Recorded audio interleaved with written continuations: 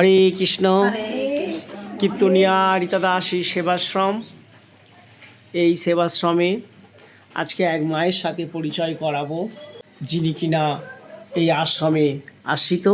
কেন এই মা আশ্রমে এলো, তার আগে কোথায় ছিল, কেন এখানে আসতে হলো, সেই সম্পর্কে আজকে ওনার মুখ থেকেই আমরা জেনে নেব। তোমার নাম কি? আমার নাম সবিতা ব্যাপারী। সবিতা ব্যাপারী। হ্যাঁ, তোমার বাড়ি কোথায় ছিল? বাড়ি পিয়ালি। তোমার বাড়িতে কে কে আছে? আমার বাড়িতে আছে আমার স্বামী আছে, আমার শাশুড়ি আছে, দেওর আছে, দুই দেওর আছে। আচ্ছা, তুমি এখানে আসলে কেন? তোমার বাড়ি আছে, তোমার কতলা বাড়ি? আমার দোতলা বাড়ি। দোতলা বাড়ি। হ্যাঁ, আচ্ছা, তুমি এখানে আসলে কেন? এখানে আসতো আমাকে খুব মারধর করতো। কে আমাকে- মারতো? কে মারতো? আমার স্বামী মারতো। আচ্ছা, স্বামী মারতো। হ্যাঁ। আচ্ছা, তুমি কি করতে কর্মজীবনে? তুমি কি কাজ টাজ করতে? আমি বাড়িতে কাজ করতাম, বাড়িতে? আলিপুরে কাজ করতাম মাড়ির বাড়িতে। আলিপুরে একটা মারোয়ারি বাড়ি কাজ করতে। হ্যাঁ, ওরা আমাকে খুব ভালোবাসতো। আচ্ছা, সেই কাজ যে করতে, তার পয়সাগুলো কোথায়? পয়সাগুলো আমার স্বামী নিয়ে নিয়েছে। স্বামী নিয়ে নিয়েছে? হ্যাঁ, কেড়ে নিয়ে নিল আমার স্বামী। তুমি কেন স্বামীকে দিলে? 13-14 লাখ টাকা পেয়েছিলাম। 13-14 লাখ টাকা? হ্যাঁ, তুমি 24 ঘন্টা কাজ করতে? হ্যাঁ, আমি 24 ঘন্টা কাজ করতাম। 24 ঘন্টা কাজ করলে তো ভালোই মাইনে হয়। হ্যাঁ, কলকাতার মধ্যে আলিপুরে, তাও সব মানুষ তো সমান নয়। ওরা ভদ্র আমার ফ্যামিলি, হঠাৎ করে স্ট্রোক হলো। ওরা ভদ্র ফ্যামিলি, হ্যাঁ। সেই মতো তোমাকে ঠকায়নি। তুমি এমন পরিশ্রম করতে 24 ঘন্টা, তোমার ভালো পয়সা দিত মাসে। হ্যাঁ, তা তোমার কি হয়েছে? স্ট্রোক হয়েছিল? হ্যাঁ, আমার হঠাৎ করে স্ট্রোক হয়ে আমার হাত একটা অচল হয়ে গেল। আমি আর কিছুই করতে পারি না বাবা। আচ্ছা, তুমি ওই যে কাজের পয়সা সব তুমি স্বামীকে দিলে কেন? নিয়ে নিল আমাকে। আমার কেন দিয়েছিলে তুমি ওখানে? মানে ওটা তোমার বাড়ি আমি বলে? চিন্তা করছিলাম আমার বাড়িতে আমি থাকবো, আমার ওখানেই থাকতে হবে, জীবন মরণ সবই ওখানে। তার জন্য আমি স্বামী ছাড়া আর কেউ নেই দুনিয়ায়।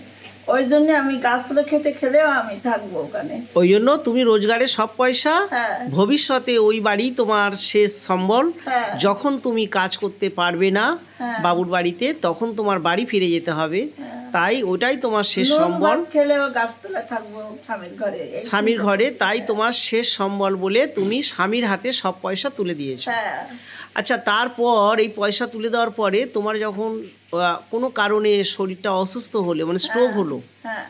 তারপর থেকে কি তোমার এই অশান্তিটা কি প্রকাশ পেল? অত্যাচার করতো আমাকে, টেবিলের তলে মাথা ঢুকে দিয়ে আমাকে বুকের উপর দুপা তুলে আমার আঁটু দিয়ে কেন আমাকে- কেন?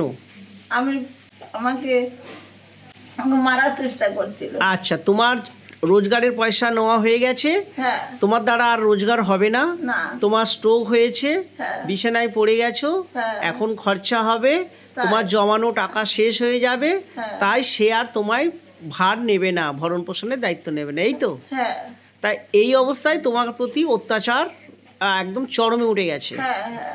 আমাকে টেবিলের তলায় বাঁধা দিয়ে আমাকে দুই হাঁটু বুকের উপর তুলে দিয়ে আমাকে মারার চেষ্টা করছিল। নোংরা কাপড় মুখের ভিতর দিয়ে আমাকে কি কি মারার- কি নোংরা কাপড় মাথায়, কি নোংরা কাপড়? শরীর খারাপের নোংরা কাপড় মুখের মধ্যে দিয়ে আমাকে। তুমি কি বলছো তুমি নিজে জানো? হ্যাঁ, তুমি আর একবার বলো তো। শরীর খারাপের নোংরা ন্যাকড়া মুখের মধ্যে দিয়ে আমাকে মারার চেষ্টা করেছিল। সেটা কে দিত? তোমার স্বামী? স্বামী, তার সাথে আর কে সহযোগিতা করতো? কেউ ছিল না আর। এইভাবে অত্যাচার করতো? হ্যাঁ, তা তুমি এটা কাউকে জানাওনি? জানিয়েছি কাউকে ডাকে জানিয়েছি, মানে থানার লোকেরা জানায়নি, এমনি ঘরের লোকের আশেপাশের লোকের। তোমার থানা জানাবার সাহস হয়নি? না, আশপাশে জানিয়েছো, হ্যাঁ, তাতে কোনো প্রতিকার হয়নি? না। তোমার স্বামী পেশায় কি কাজ করে? জজ কোর্টে, হাইকোর্টের মোহরি আলিপুরে। আলিপুর জজ কোর্টের মৌরি? হ্যাঁ, আচ্ছা, উনি একজন আইনের ধারক বাহক, আইনের মধ্যে থেকে, আইনের কাজের সাথে যুক্ত থেকে ইনি এই নোংরা কাজটা করতো, অত্যাচারিত করতো তোমাকে, এবং এমন নোংরাভাবে তোমাকে অত্যাচার করতো যেটা ভাষায় প্রকাশ করা যায় না। তুমি এই অবস্থায় তুমি বাড়ি ছাড়লে কিভাবে? বাড়ি ছাড়লাম। আমি খুব দুঃখে আর সহ্য করতে পারিনি, ধৈর্য মানতে পারিনি, তখন আমি বাড়ি ছেড়ে চলে এসেছি। বাড়ি ছেড়ে কোথায় ছিলে প্রথমে? ছিলাম বেদবেড়ে গেছিলাম। বেদবেড়িয়া স্টেশনে? স্টেশনে না, আমার বোনের বাড়িতে বোনের মেয়ে থাকে ওখানে, হ্যাঁ। ওখানেই ছিলাম। কদিন ছিলে ওখানে? ওখানে 12 দিন ছিলাম। 12 দিন ছিলে। তারপরে কিভাবে রীতা দাসীর সাথে তোমার যোগাযোগ হলো? ওই ভাড়াটে মাসি ছিল, ওই মেয়েটার ভাড়া থাকে। হ্যাঁ। ভাড়াটে মাসিটা বললো নরেন্দ্রপুরে একটা আশ্রম আছে, বিনা পয়সায় আশ্রম আছে, আচ্ছা, ওখানে যাবে তুমি? আমি বললাম হ্যাঁ যাবো। তারপর কিভাবে তুমি? ঠিক ঠিকানা বলে দিল আমাকে, সর্দারপাড়া, নরেন্দ্রপুর সর্দারপাড়া একটা আশ্রম আছে। রীতা দাসীর নাম বলেছিল? হ্যাঁ। কিভাবে আসলে এই আশ্রমটা চিনলে কিভাবে? স্টেশনে কেউ তোমাকে হেল্প করেছিল? হ্যাঁ, জিজ্ঞেস করেছি সর্দারপাড়া কোন রাস্তা দিয়ে যাব, তাই জিজ্ঞেস করেছিলাম। কে পৌঁছে দিল তোমার? একটা ছেলে ওখানে ছিল, তারা আমার হাত ধরে ধরে নিয়ে আসলো। তোমার হাতের অবস্থা খুবই খারাপ, দেখি একটু হাতটা। এইভাবে তোমার হাত সোজা হয় না? না, হাতটা সোজা হয় না। এই জন্য সে তোমাকে দেখে, হাতটা মুঠ হয়ে গেছে, সোজা হয় না। সে তোমার কষ্ট সহ্য করতে পারেনি, তোমার দেখে এই আশ্রমে এনে দিয়েছে। হ্যাঁ। এই আশ্রমে যখন তুমি প্রথম এলে রীতা দাসী তোমাকে থাকতে বলেছে, তুমি তো কোনো কন্ট্যাক্ট নাম্বার করে আসোনি, ফোনও না, তোমার নেই। না, না, না। হঠাৎ করে ওই ছেলেটার দ্বারা তুমি এলে, হ্যাঁ। তখন আশ্রম থেকে তোমাকে রীতা দাসী কি জানালো? এটাই মা মনসার মন্দির, থাকো এখানে, তোমার অসুবিধা হবে না।